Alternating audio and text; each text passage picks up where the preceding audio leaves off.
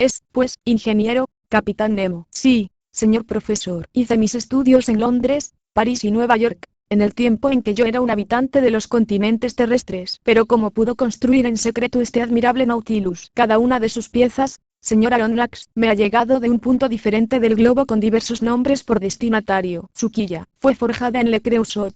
Su árbol de hélice, en Penicia, de Londres. Las planchas de su casco, en Leard, de Liverpool. Su hélice, en Scott, de Glasgow. Sus depósitos fueron fabricados por Cailicia, de París. Su maquinaria, por Krupp, en Prusia. Su espolón, por los talleres de Motala, en Suecia. Sus instrumentos de precisión, por Art Hermanos, en Nueva York.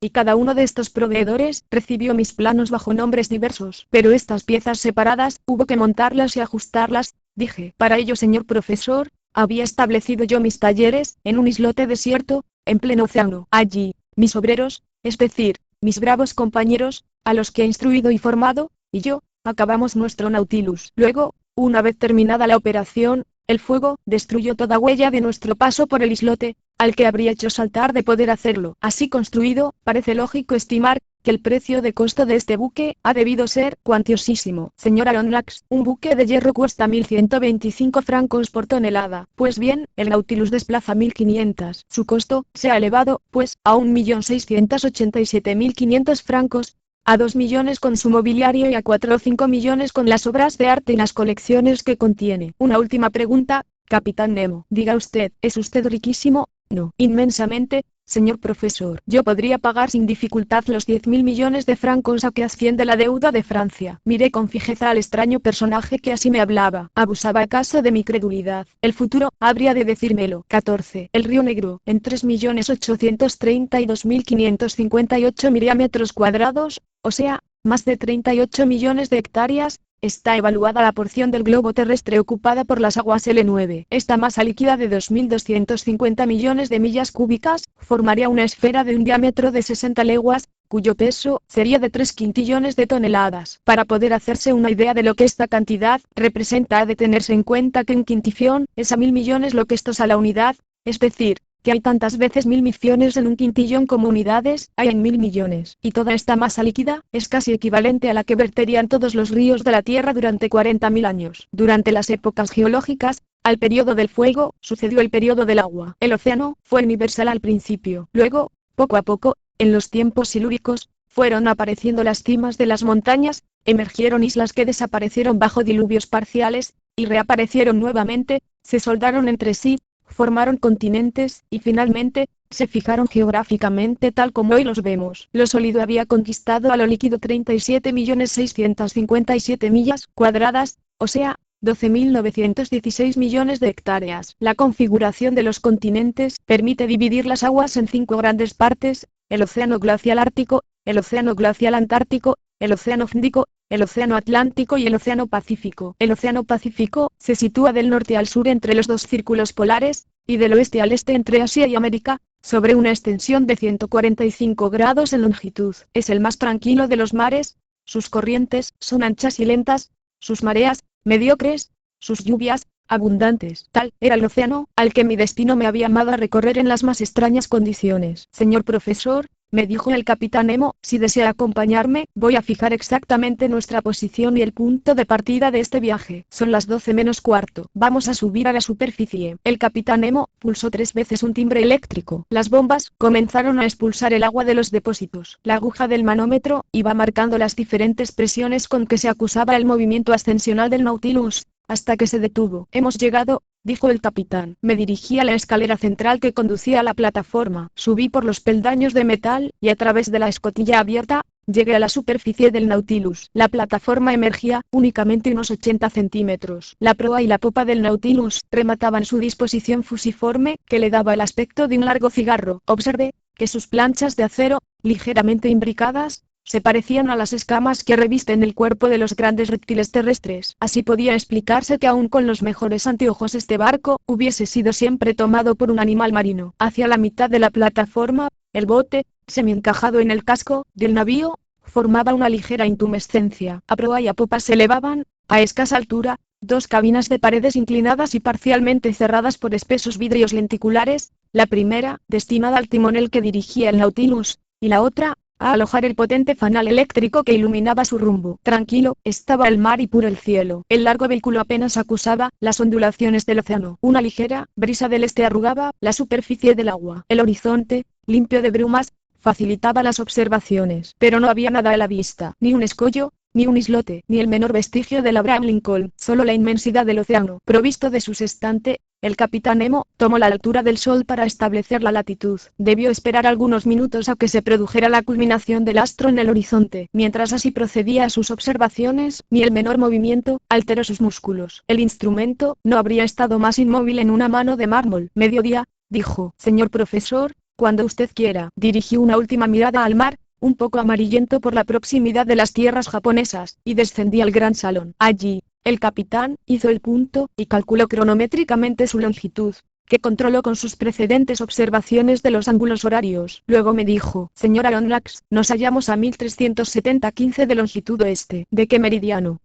Pregunté vivamente, con la esperanza de que su respuesta me diera la clave de su nacionalidad. Tengo diversos cronómetros ajustados a los meridianos de Greenwich, de París, y de Washington, pero en su honor, me serviré del de París. Su respuesta no me revelaba nada. El comandante prosiguió: 37 grados y 15 minutos de longitud al oeste del meridiano de París, y 30 grados y 7 minutos de latitud norte, es decir, a unas 300 millas de las costas del Japón. Hoy es 8 de noviembre, a mediodía, y aquí ahora comienza nuestro viaje de exploración bajo las aguas. Que Dios nos guarde, respondí. Y ahora, señor profesor, le dejo con sus estudios. He dado la orden de seguir rumbo al nordeste, a 50 metros de profundidad. Aquí tiene usted mapas en los que podrá seguir nuestra derrota. Este salón está a su disposición. Y ahora, con su permiso, voy a retirarme. El capitán Nemo se despidió, y me dejó solo, absorto en mis pensamientos, que se centraban exclusivamente en el comandante del Nautilus. ¿Llegaría a saber alguna vez a qué nación pertenecía aquel hombre extraño, que se jactaba de no pertenecer a ninguna? ¿Quién o qué había podido provocar ese odio que profesaba a la humanidad? Ese odio que buscaba tal vez terribles venganzas. Era uno de esos sabios desconocidos, uno de esos genios víctimas del desprecio y de la humillación, según la expresión de Conseil, un Galileo moderno, o bien uno de esos hombres de ciencia como el americano Maury, cuya carrera ha sido rota por revoluciones políticas. No podía yo decirlo. El azar me había llevado a bordo de su barco, y puesto mi vida entre sus manos. Me había acogido, fría pero hospitalariamente, pero aún no había estrechado la mano que yo le tendía, ni me había ofrecido la suya. Permanecí durante una hora sumido en tales reflexiones, procurando esclarecer aquel misterio de tanto interés para mí. Me sustraje a estos pensamientos y observé el gran planisferio que se hallaba extendido sobre la mesa. Mi dedo índice se posó en el punto en que se entrecruzaban la longitud y la latitud fijadas. El mar tiene sus ríos, como los continentes. Son corrientes especiales, reconocibles por su temperatura y su color, entre las que la más notable es conocida con el nombre de Gulf Stream. La ciencia ha determinado sobre el globo la dirección de las 5 corrientes principales, una en el Atlántico Norte, otra en el Atlántico Sur,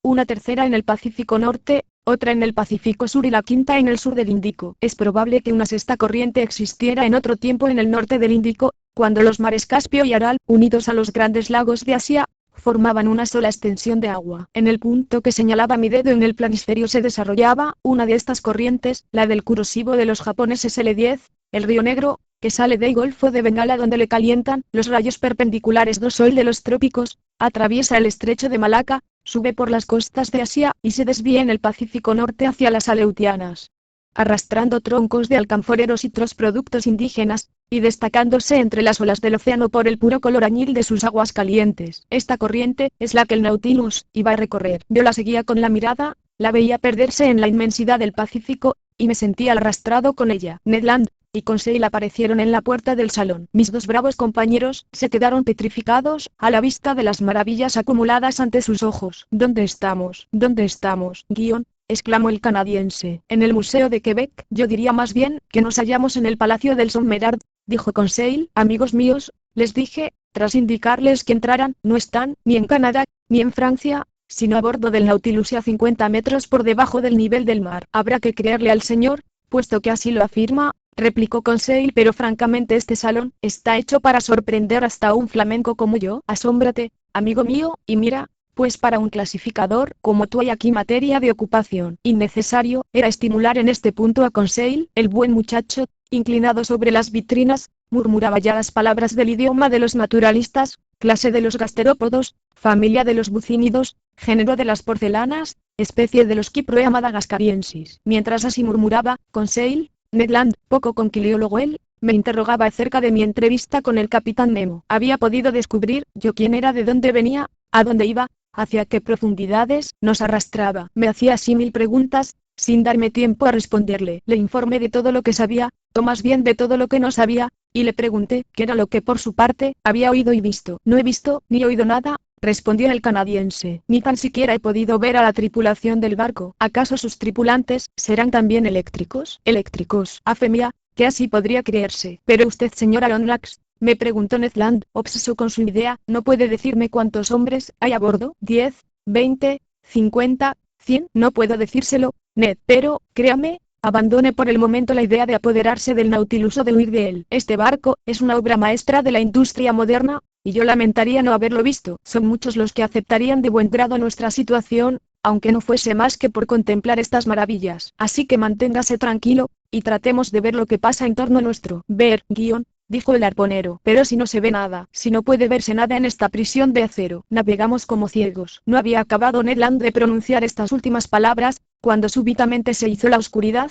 una oscuridad absoluta. El techo luminoso se apagó, y tan rápidamente que mis ojos sintieron una sensación dolorosa, análoga a la que produce el paso contrario de las profundas tinieblas a la luz más brillante. Nos habíamos quedado mudos e inmóviles, no sabiendo qué sorpresa, agradable o desagradable, os esperaba. Se oyó algo así como un objeto que se deslizara. Se hubiera dicho que se maniobraba algo en los flancos del Nautilus. Es el fin del final, dijo Ned Land. Orden de las hidromedusas, se oyó decir a Conseil. Súbitamente, se hizo la luz a ambos lados del salón, a través de dos aberturas oblongas. Las masas líquidas aparecieron vivamente iluminadas por la irradiación eléctrica. Dos placas de cristal nos separaban del mar. Me estremeció la idea de que pudiera romperse tan frágil pared, pero fuertes armaduras de cobre la mantenían y le daban una resistencia casi infinita. El mar era perfectamente visible en un radio de 1 milla en torno al Nautilus. ¡Qué espectáculo! ¿Qué pluma podría describirlo? ¿Quién podría pintar los efectos de la luz a través de esas aguas transparentes y la suavidad de sus sucesivas degradaciones hasta las capas inferiores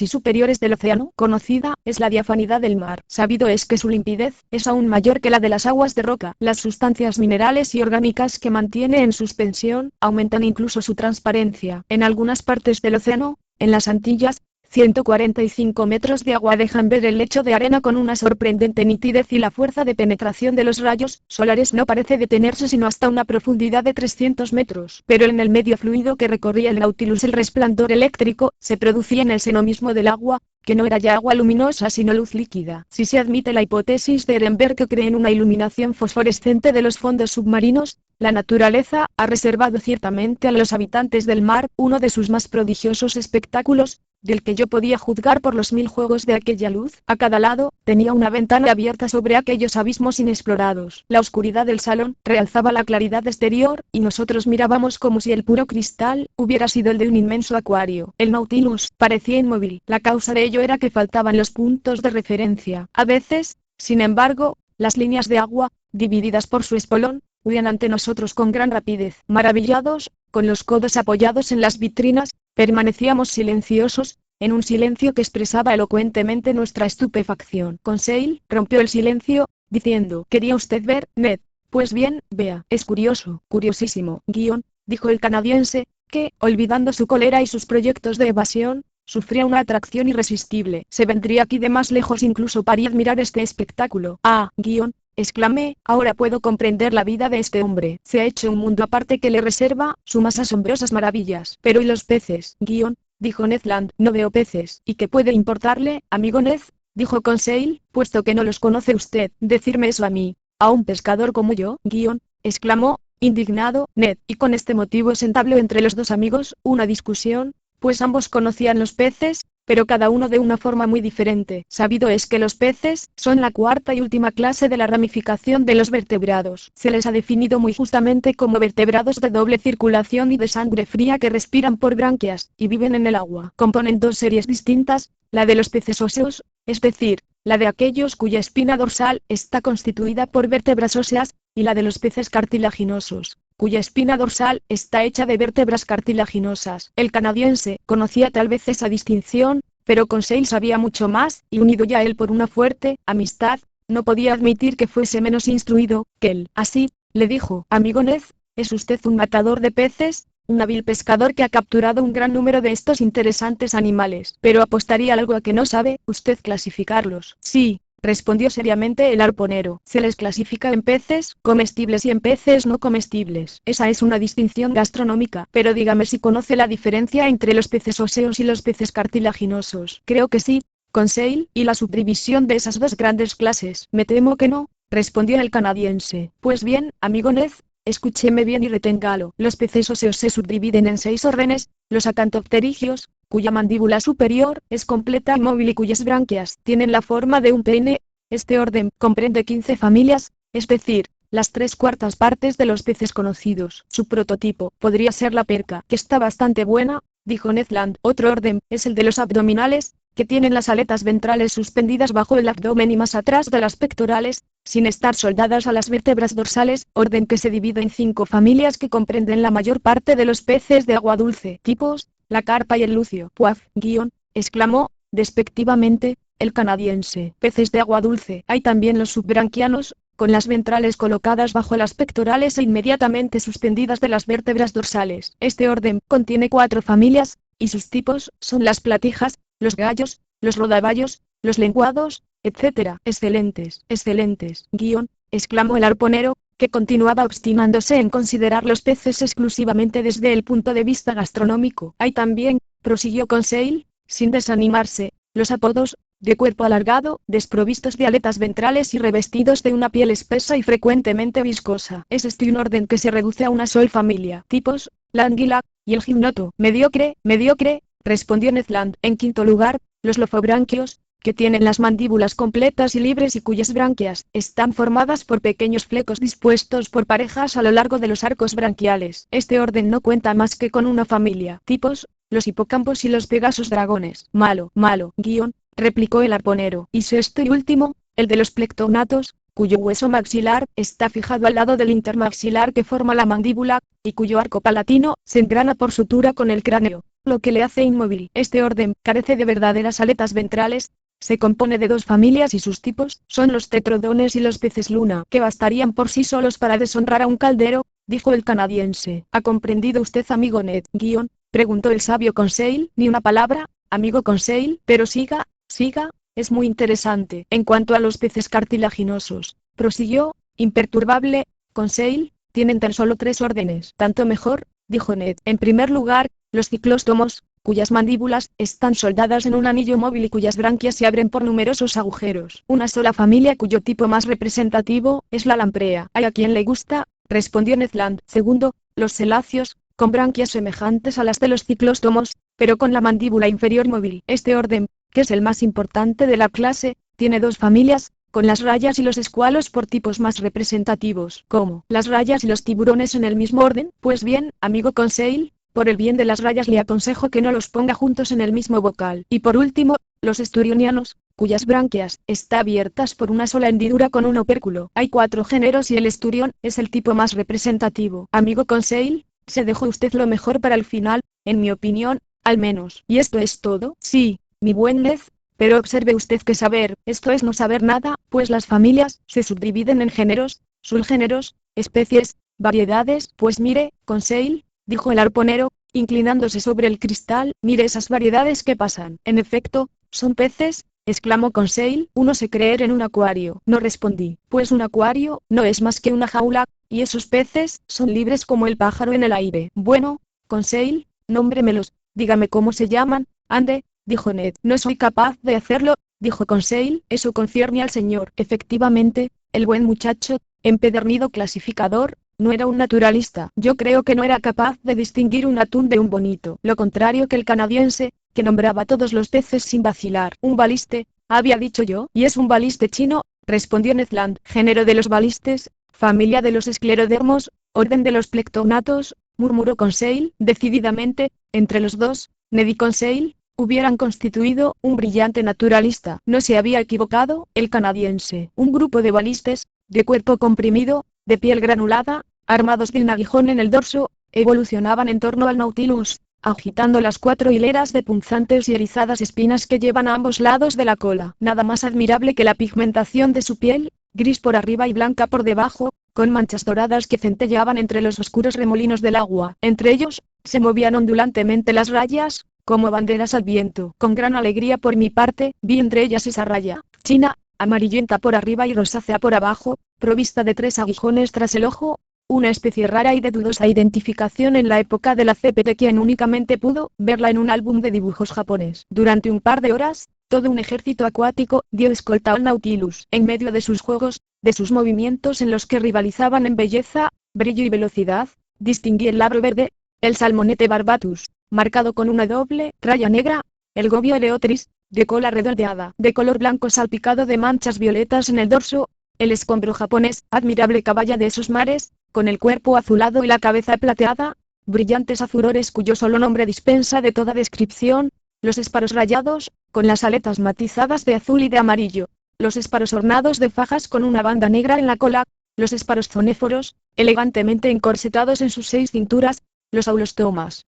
Verdaderas bocas de flauta o becadas marinas, algunos de los cuales alcanzaban una longitud de 1 metro, las salamandras del Japón, las morenas equidnias, largas serpientes con ojos vivos y pequeños y una amplia boca erizada de dientes. Contemplábamos el espectáculo con una admiración infinita que expresábamos en incontenibles interjecciones. Ned nombraba los peces, Conseil los clasificaba, y yo me extasiaba ante la vivacidad de sus evoluciones y la belleza de sus formas. Nunca hasta entonces me había sido dado poder contemplarlos así, vivos y libres en su elemento natural. No citaré todas las variedades, toda esa colección de los mares del Japón, y de la China, que pasaron así ante nuestros ojos deslumbrados. Más numerosos que los pájaros en el aire, todos esos peces pasaban ante nosotros atraídos, sin duda por el brillante foco de luz eléctrica. Súbitamente, desapareció la encantadora visión, al cerrarse los paneles de acero e iluminarse el salón. Pero durante largo tiempo permanecí, aún arrobado en esa visión, hasta que mi mirada se fijó en los instrumentos suspendidos de las paredes. La brújula mostraba la dirección norte-nordeste, el manómetro indicaba una presión de 5 atmósferas correspondiente a una profundidad de 50 metros y la corredera eléctrica daba una velocidad de 15 millas por hora. Yo esperaba que apareciera el capitán Nemo, pero no lo hizo. Eran las 5 en el reloj. Ned Land y Conseil regresaron a su camarote, y yo hice lo propio. Hallé servida la comida, compuesta de una sopa de tortuga, de un mulido de carne blanca, cuyo hígado, preparado aparte, estaba delicioso, y filetes de emperador, cuyo gusto me pareció superior al del salmón. Pasé la velada leyendo, escribiendo, y pensando. Luego, ganado por el sueño, me acosté, y me dormí profundamente, mientras el Nautilus se deslizaba a través de la rápida corriente del río Negro. 15. Una carta de invitación. Me desperté al día siguiente, 9 de noviembre, tras un largo sueño de 12 horas. Según su costumbre, Conseil vino a enterarse de cómo había pasado la noche el señor, y a ofrecerme sus servicios. Había dejado a su amigo el canadiense durmiendo como un hombre que no hubiera hecho otra cosa en la vida. Le dejé charlar a su manera, sin apenas responderle. Me tenía preocupado la ausencia del capitán Nemo durante la víspera, y esperaba poder verlo nuevamente ese día. Me puse el traje de viso, cuya naturaleza intrigaba a Conseil. Le expliqué que nuestras ropas estaban hechas con los filamentos brillantes y sedosos que unen a las rocas a los pínidos, moluscos bivalvos muy abundantes a orillas del Mediterráneo. Antiguamente se tejían con este viso bellas telas, guantes y medias, a la vez muy suaves y de mucho abrigo. La tripulación del Nautilus podía vestirse así económicamente sin tener que pedir nada, ni a los algodoneros, ni a las ovejas, ni a los gusanos de seda. Tras haberme lavado y vestido, me dirigí al gran salón, que se hallaba vacío, donde me consagré al estudio de los tesoros de conquiliología contenidos en las vitrinas, y de los herbarios que ofrecían a mi examen las más raras plantas marinas que, aunque disecadas, conservaban sus admirables colores. Entre tan preciosos hidrófitos, llamaron mi atención los cladostefos verticilados, las pádinas pavonias, las caulerpas de hojas de viña, los callitamnion graníferos, las delicadas ceramias de color escarlata, las agarias en forma de abanico, las acetabularias, semejantes a sombreritos de hongos muy deprimidos, que fueron durante largo tiempo clasificados como zoófitos, y toda una serie de fucos. Transcurrió así todo el día, sin que el capitán Nemo me honrara con su visita. No se descubrieron los cristales de observación, como si se quisiera evitar que nuestros sentidos se mellaran en la costumbre de tan bello espectáculo. La dirección del Nautilus se mantuvo al este-nordeste, su velocidad, en 12 millas, y su profundidad, entre 50 y 60 metros. Al día siguiente, 10 de noviembre, se nos mantuvo en el mismo abandono, En la misma soledad, no vi a nadie de la tripulación. Ned y Conseil pasaron la mayor parte del día conmigo desconcertados ante la inexplicable ausencia del capitán. ¿Se hallaría enfermo aquel hombre singular? ¿O tal vez se proponía modificar sus proyectos respecto a nosotros? Después de todo, como observó Conseil, gozábamos de una entera libertad, y se nos tenía abundante y delicadamente alimentados. Nuestro huésped se había atenido hasta entonces a los términos de lo estipulado, y no podíamos quejarnos. Además, la singularidad de nuestro destino nos reservaba tan hermosas compensaciones que no teníamos derecho a reprocharle nada. Fue aquel mismo día cuando comencé a escribir el diario de estas aventuras. Esto es lo que me ha permitido narrarlas con una escrupulosa exactitud. Como detalle curioso, diré que escribí este diario en un papel fabricado con zostera marina. En la madrugada del 11 de noviembre, la expansión del aire fresco por el interior del Nautilus me reveló que habíamos emergido a la superficie del océano, para renovar la provisión de oxígeno. Me dirigí a la escalerilla central, y subí a la plataforma. Eran las 6 de la mañana, el cielo estaba cubierto y el mar gris, pero en calma, apenas mecido por el oleaje. Tenía la esperanza de encontrarme allí con el capitán Nemo, pero vendría viernes únicamente al timonel, encerrado en su jaula de vidrio. Sentado en el saliente que formaba el casco del bote, aspiré con deliciadas emanaciones salinas. Poco a poco, la bruma iba disipándose bajo la acción de los rayos solares. El astro radiante se elevaba en el horizonte. El mar se inflamó bajo su mirada, como un reguero de pólvora. Esparcidas por el cielo, las nubes se colorearon de tonos vivos llenos de matices, y numerosas lenguas de gato L11 anunciaron viento para todo el día. Pero ¿qué podría importar el viento al Nautilus, insensible a las tempestades? Contemplaba, admirado, aquella salida del sol, tan jubilosa como vivificante, cuando oí a alguien subir hacia la plataforma. Me dispuse a saludar al capitán Nemo, pero fue su segundo, al que ya había visto yo durante la primera visita del capitán, quien apareció. Avanzó sobre la plataforma, sin parecer darse cuenta de mi presencia. Con su poderoso anteojo, el hombre escrutó todos los puntos del horizonte con una extremada atención. Acabado su examen, se acercó a la escotilla, y pronunció esta frase, cuyos términos recuerdo con exactitud por haberla oído muchas veces en condiciones idénticas. Nautron respect Lord mi bird, ignoro lo que pueda significar. Pronunciadas esas palabras, el segundo descendió a bordo. Pensé que el Nautilus iba a reanudar su navegación submarina, y descendí a mi camarote. Así pasaron 5 días sin que cambiara la situación. Cada mañana subía yo a la plataforma y oía pronunciar esa frase al mismo individuo. El capitán Nemo seguía sin aparecer. Ya me había hecho a la idea de no verle más cuando, el 16 de noviembre, al regresar a mi camarote con Ned y Conseil, hallé sobre la mesa una carta. La abrí con impaciencia. Escrita con una letra clara, un poco gótica, la carta decía lo siguiente: Señor profesor Aronnax, a bordo del Nautilus, a 16 de noviembre de 1867. El capitán Nemo tiene el honor de invitar al profesor Aronnax a una partida de caza que tendrá lugar mañana por la mañana en sus bosques de la isla Crespo. Espera que nada impida al señor profesor participar en la expedición, a la que se invita también a sus compañeros. El comandante del Nautilus, capitán Nemo. Una cacería, exclamó Ned. Y en sus bosques de la isla Crespo, añadió Conseil. Así que va, pues, a tierra, este hombre, dijo Ned Land. Así parece indicarlo claramente la carta, dije, releyéndola. Pues bien, hay que aceptar la invitación, dijo el canadiense. Una vez en tierra firme, veremos qué podemos hacer. Por otra parte, no nos vendrá mal comer un poco de carne fresca. Sin pararme a pensar en la contradicción existente entre el horror manifiesto del capitán Nemo por los continentes y las islas, y su invitación a una cacería en un bosque,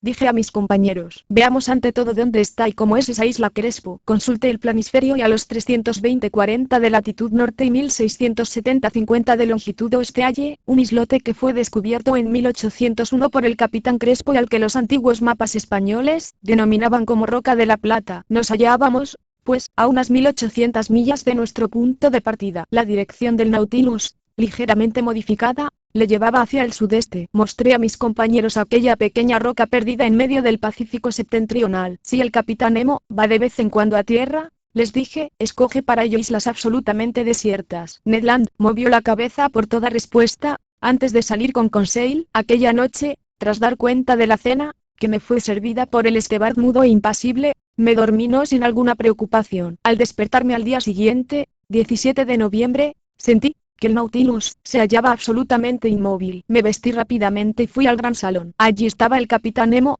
esperándome. Se levantó, me saludó, y me preguntó si estaba dispuesto a acompañarle. Como no hizo la menor alusión a su ausencia durante aquellos 8 días, Yo me abstuve de todo comentario al respecto, limitándome a decirle, simplemente que tanto yo como mis compañeros, estábamos dispuestos a seguirle. Tan solo, añadí, desearía hacerle una pregunta. Pregunte, señor Aronnax, que si puedo darle respuesta, lo haré con mucho gusto. Pues bien, capitán, ¿cómo es posible que usted, que ha roto toda relación con la Tierra, posea bosques en la isla Crespo? Señor profesor, los bosques de mis posesiones no piden al sol, ni su luz, ni su calor, ni leones, ni tigres, ni panteras, ni ningún cuadrúpedo los frecuentan. Solo yo los conozco y solo para mí crece su vegetación. No son bosques terrestres, son bosques submarinos. Bosques submarinos. Sí, señor profesor, y es a ellos a los que me invita a seguirle, precisamente, a pie. En efecto, para cazar, escopeta en mano, escopeta en mano. No pude entonces dejar de mirar al comandante del Nautilus de un modo poco halagüeño para su persona. Decididamente,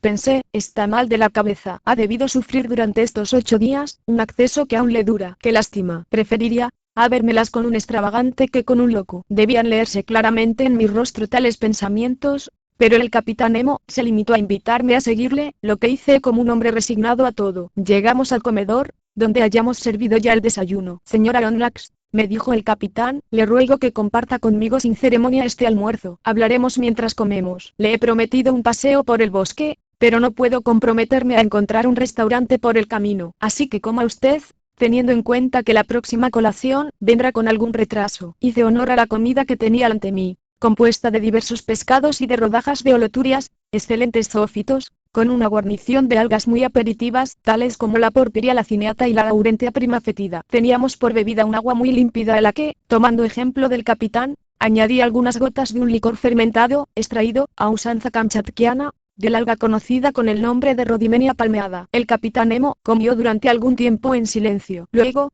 dijo, señor profesor, al proponerle ir de caza a mis bosques de Crespo, ¿ha pensado usted hallarme en contradicción conmigo mismo? Al informarle de que se trata de bosques submarinos, ¿me ha creído usted loco? Señor profesor, nunca hay que juzgar a los hombres a la ligera. Pero capitán, le ruego, escúcheme, y verá entonces si puede acusarme de locura o de contradicción. Le escucho. Señor profesor, ¿sabe usted tan bien como yo que el hombre puede vivir bajo el agua a condición de llevar consigo su provisión de aire respirable? En los trabajos submarinos, el obrero, revestido de un traje impermeable y con la cabeza encerrada en una cápsula de metal, recibe el aire del exterior por medio de bombas impelentes y de reguladores de salida. ¿Es el sistema de las escafandras? Le dije, en efecto, pero en esas condiciones, el hombre no es libre, está unido a la bomba que le envía el aire por un tubo de goma, verdadera cadena que le amarra a tierra. Si nosotros debiéramos estar así ligados al Nautilus, no podríamos ir muy lejos. ¿Y cuál es el medio de estar libre? El que nos ofrece el aparato Rouquayrol de Nairobi,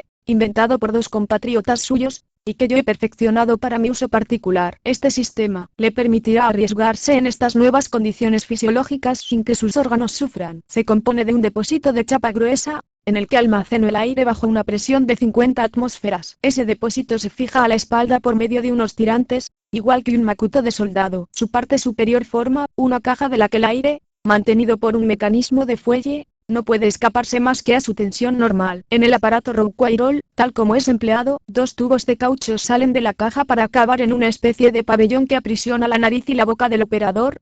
Uno sirve para la introducción del aire inspirado y el otro para la salida del aire expirado. Es la lengua la que cierra uno u otro según las necesidades de la respiración. Pero yo, que tengo que afrontar presiones considerables en el fondo de los mares, he tenido que modificar ese sistema con la utilización de una esfera de cobre como escafandra. Es en esta esfera en la que desembocan los tubos de inspiración y expiración. Muy bien, capitán Nemo, pero el aire que usted lleva debe usarse muy rápidamente, y cuando este no contiene más de un 15% de oxígeno se hace irrespirable. Así es, pero ya le he dicho que las bombas del Nautilus me permiten almacenarlo bajo una presión considerable, y en esas condiciones, el depósito del aparato puede proveer aire respirable durante 9 o 10 horas. Ninguna objeción ya por mi parte, respondí. Únicamente, quisiera saber, capitán, ¿cómo puede usted iluminar su camino por el fondo del océano? Con el aparato Ruhmkorff, señor Aronnax. Si el otro se lleva a la espalda, este se fija a la cintura. Se compone de una pila Bunsen que yo pongo en actividad, no con bicromato de potasa, sino con sodio. Una bobina de inducción recoge la electricidad producida y la dirige hacia una linterna de una disposición particular. En esta linterna hay una serpentina de vidrio que contiene solamente un residuo de gas carbónico. Cuando el aparato funciona, el gas se hace luminoso, dando una luz blanquecina y continua. Así equipado, respiro y veo. Capitán Nemo, Da usted tan abrumadoras respuestas a todas mis objeciones que no me atrevo ya a dudar. Sin embargo, aunque obligado a admitir los aparatos Rouquayrol y Ruhmkorff, me quedan algunas reservas acerca del fusil con el que va a armarme. Por supuesto, no se trata de un fusil de pólvora, respondió el capitán. De aire. Claro es. ¿Cómo quiere que fabrique pólvora a bordo, sin tener aquí ni salitre, ni azufre, ni carbón? Por otra parte, dije, para tirar bajo el agua, en un medio que es 855 veces más denso que el aire, habría que vencer una resistencia considerable. Eso no sería un obstáculo mayor. Hay ciertos cañones, perfeccionados después de Fulton por los ingleses Philippe Coles y Burley, por el francés Fourquy, y por el italiano Landi,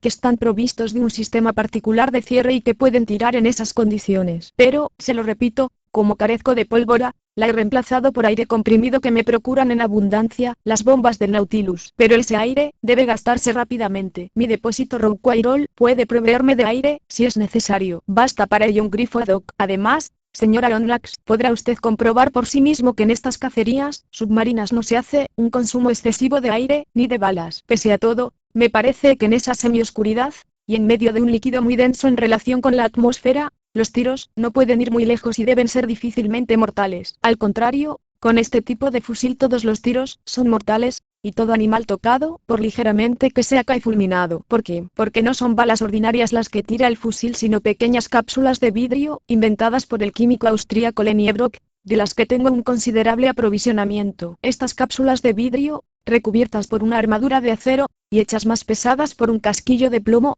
son verdaderas botellitas de Leyde, en las que la electricidad está forzada a muy alta tensión. Se descargan al más ligero choque, y por poderoso que sea el animal que las reciba, cae fulminado. Añadiré que estas cápsulas tienen un grosor del 4, y que la carga de un fusil ordinario podría contener una decena. No discuto más, respondí, levantándome, y estoy dispuesto a tomar mi fusil. Además, a donde vaya usted, iré yo. El capitán Nemo me condujo hacia la parte posterior del Nautilus, y al pasar ante el camarote de Ned y Conseil, les llamé para que nos siguieran. Llegamos a una cabina, situada cerca de la sala de máquinas, en la que debíamos ponernos nuestros trajes de paseo. 16. Andando por la llanura. Aquella cabina era para hablar con propiedad, el arsenal y el vestuario del Nautilus. Colgadas de las paredes, una docena de escafandras esperaban a los expedicionarios. Al verlas, Ned Land manifestó una gran repugnancia a la idea de introducirse en una de ellas. Pero Ned, le dije, los bosques de la isla Crespo son submarinos. Vaya, dijo el arponero,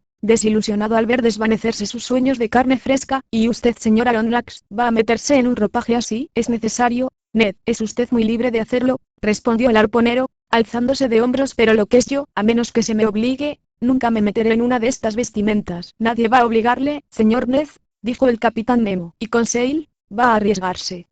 Preguntó Ned. Yo seguiré al señor a donde vaya, respondió Conseil. A una llamada del capitán, acudieron 2 hombres de la tripulación para ayudarnos a ponernos aquellos trajes impermeables, hechos de caucho y sin costuras y realizados de modo que sus usuarios pudieran soportar presiones considerables. Se hubiera dicho una armadura elástica, a la vez que resistente. Formados aquellos extraños trajes por chaqueta y pantalón, este se empalmaba con unas gruesas botas guarnecidas con unas pesadas suelas de plomo. El tejido de la chaqueta estaba reforzado por más láminas de cobre, que acorazaban el pecho protegiéndole de la presión de las aguas y que permitían el libre funcionamiento de los pulmones. Sus mangas terminaban en unos guantes que dejaban a las manos gran libertad de movimientos. Como se ve, tales escafandras perfeccionadas distaban mucho de recubrimientos tan informes como las corazas de corcho, los cofres, y los trajes marinos inventados o preconizados en el siglo XVIII. El capitán Nemo, uno de sus compañeros, una especie de Hércules que debía tener una fuerza prodigiosa. Conseil y yo nos hallamos pronto revestidos de aquellos trajes, a falta tan solo ya de alojar nuestras cabezas en sus esferas metálicas. Pero antes de proceder a esta operación, pedí permiso al capitán para examinar los fusiles que nos estaban destinados. Uno de los hombres del Nautilus me presentó un fusil muy sencillo cuya culata, hecha de acero y hueca en su interior, era de gran dimensión. La culata servía de depósito al aire comprimido, al que una válvula, accionada por un gatillo, dejaba escapar por el cañón de metal. Una caja de proyectiles, alojada en la culata, contenía una veintena de balas eléctricas que por medio de un resorte se colocaban automáticamente en el cañón del fusil. Efectuado un disparo, el proyectil siguiente quedaba listo para partir. Capitán Nemo, le dije, es un arma perfecta y de fácil manejo. Estoy deseando probarla. Pero ¿cómo vamos a llegar al fondo del mar? En este momento, señor profesor, El Nautilus está posado a 10 metros de profundidad. Vamos a partir. Pero ¿cómo saldremos? Va usted a verlo. El capitán Nemo introdujo su cabeza en la esfera metálica, y Conseil y yo hicimos lo propio, no sin antes haber oído al canadiense desearnos irónicamente una buena caza. Nuestros trajes terminaban en un collar de cobre agujereado, al que se ajustaba el casco de metal. 3 aberturas protegidas por gruesos cristales permitían ver en todas las direcciones sin más que ladear la cabeza en el interior de la esfera. Una vez que ésta se halló ajustada, los aparatos Rouquayrol, colocados a la espalda, comenzaron a funcionar. Pude comprobar que se respiraba perfectamente. Con la lámpara Ruhmkorff suspendida de mi cinturón y con el fusil en la mano, me hallé listo para partir, pero aprisionado en un traje tan pesado y clavado al suelo por mis suelas de plomo, me resultó imposible dar un paso. El caso estaba previsto, pues sentí que me empujaban hacia una pequeña cabina contigua al vestuario. Igualmente impelidos, mis compañeros me siguieron. Pude oír cómo se cerraba tras nosotros una puerta provista de obturadores, y súbitamente nos hallamos envueltos en una profunda oscuridad. Tras unos minutos de espera, oí un vivo silbido, al tiempo que sentí que el frío ganaba mi cuerpo desde los pies al pecho. Evidentemente, desde el interior del barco y mediante una válvula, se había dado entrada en el agua exterior, que nos invadía y que pronto llenó la cámara en que nos hallábamos. Una segunda puerta practicada en el flanco del Nautilus, se abrió entonces dando paso a una difusa claridad. Un instante después, nuestros pies hollaban el fondo del mar. ¿Cómo poder transcribir ahora las impresiones indelebles que dejó en mí este paseo bajo las aguas? Las palabras son impotentes para expresar tales maravillas. Cuando el mismo pincel es incapaz de reflejar los efectos particulares del elemento líquido, ¿cómo podría reproducirlos la pluma? El capitán Nemo iba delante y su compañero cerraba la marcha a algunos pasos de nosotros. Conseil y yo nos manteníamos uno cerca del otro, pese a que no fuera posible cambiar una sola palabra a través de nuestros caparazones metálicos. Yo no sentía ya la pesadez de mi revestimiento,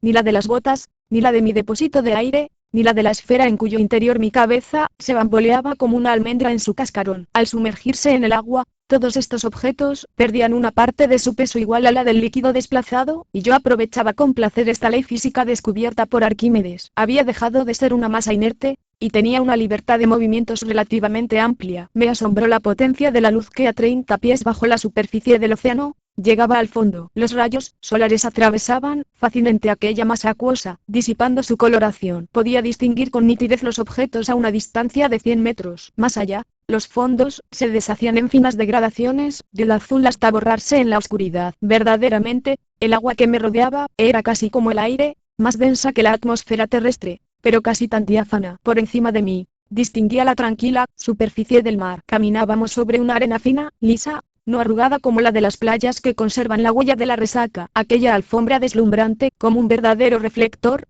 reflejaba los rayos del sol con una sorprendente intensidad, produciendo una inmensa reverberación que penetraba en todas las moléculas líquidas. Se me creerá si afirmo que a esa profundidad de 30 pies veía yo como si estuviera en la superficie. Durante un cuarto de hora anduvimos por ese fondo de arena sembrado de una impalpable capa de polvo de conchas. El casco del Nautilus, perceptible como un largo escollo, desaparecía poco a poco, pero su fanal, cuando se hiciera la noche en medio de las aguas, facilitaría nuestro retorno a bordo, con la proyección de sus rayos nítidamente visibles. Efecto difícil de comprender para quien no ha visto más que en tierra esas luces blancas, tan vivamente acusadas. Allí, el polvo que satura el aire, les da la apariencia de una niebla luminosa, pero en el mar, como bajo el mar, esa luz se transmite con una incomparable pureza.